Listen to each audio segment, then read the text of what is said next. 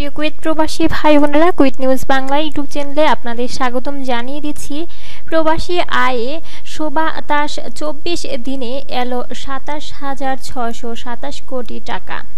এদিকে জানিয়ে দিচ্ছি কুয়েতে গণহারে নাগরিকত্ব বাতিল, বিস্তারিত জানিয়ে দিচ্ছি। শুরুতেই প্রবাসী আয়ে শোবাতাস 24 দিনে এলো 27,627 কোটি টাকা। প্রবাসী আয়ে শোবাতাস বইয়ে চলেছে। চলিত মে মাসের 24 দিনে প্রবাসী আয় এলো 224,60,70,000 ডলার, যা বাংলাদেশি মুদ্রায় 27,627 কোটি টাকা। রোববার 25 মে বিকেলে এ প্রতিবেদন প্রকাশ করে বাংলাদেশ ব্যাংক। বাংলাদেশ ব্যাংকের তথ্যে দেখা যায় মের 24 দিনের প্রবাসী আয় ইতিবাচক ধারাতে রয়েছে। 24 দিনের প্রতিদিনে এসেছে 9,35,86,250 ডলার।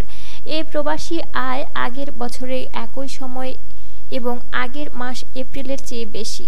আগের মাস এপ্রিল ও আগের বছরে মে মাসে প্রবাসী আয় এসেছিল যথাক্রমে 9,17,44,333 ডলার ও 7,41,64,333 ডলার।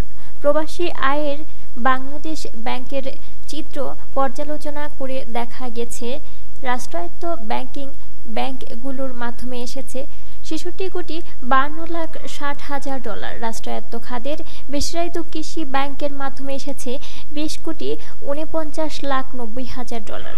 প্রবাসী আয়ের বাংলাদেশ ব্যাংকের চিত্র পর্যালোচনা করে দেখা যায়, রাষ্ট্রায়ত্ত বাণিজ্যিক ব্যাংকগুলোর মাধ্যমে এসেছে 66,52,60,000 ডলার। রাষ্ট্রায়ত্ত খাতের বেসরকারি কৃষি ব্যাংকের মাধ্যমে এসেছে 20,49,90,000 ডলার।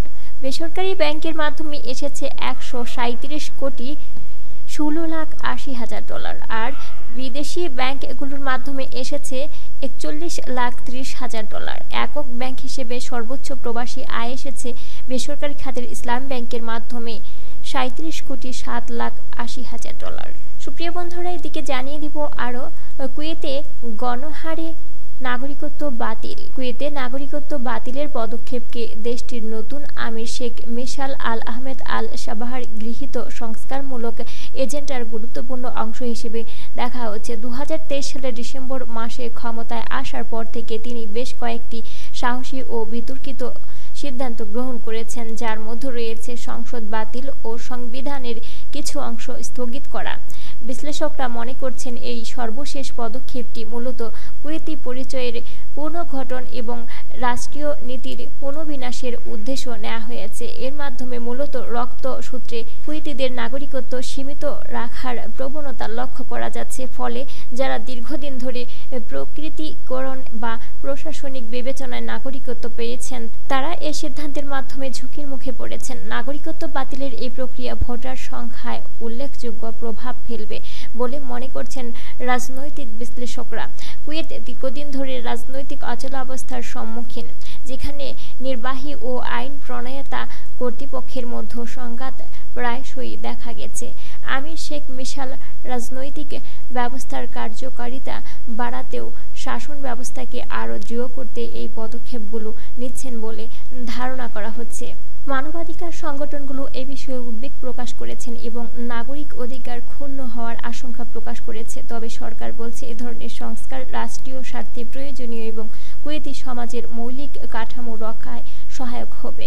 নাগরিকত্ব বাতিলের সুনির্দিষ্ট সংখ্যা ও প্রক্রিয়া সম্পর্কে এখনও বিস্তারিতভাবে কিছু জানানো হয়নি। তবে এটি স্পষ্ট যে নতুন আমিরের অধীনে কুয়েত একটি নতুন রাজনৈতিক ও সামাজিক পথে যাত্রা শুরু করেছে।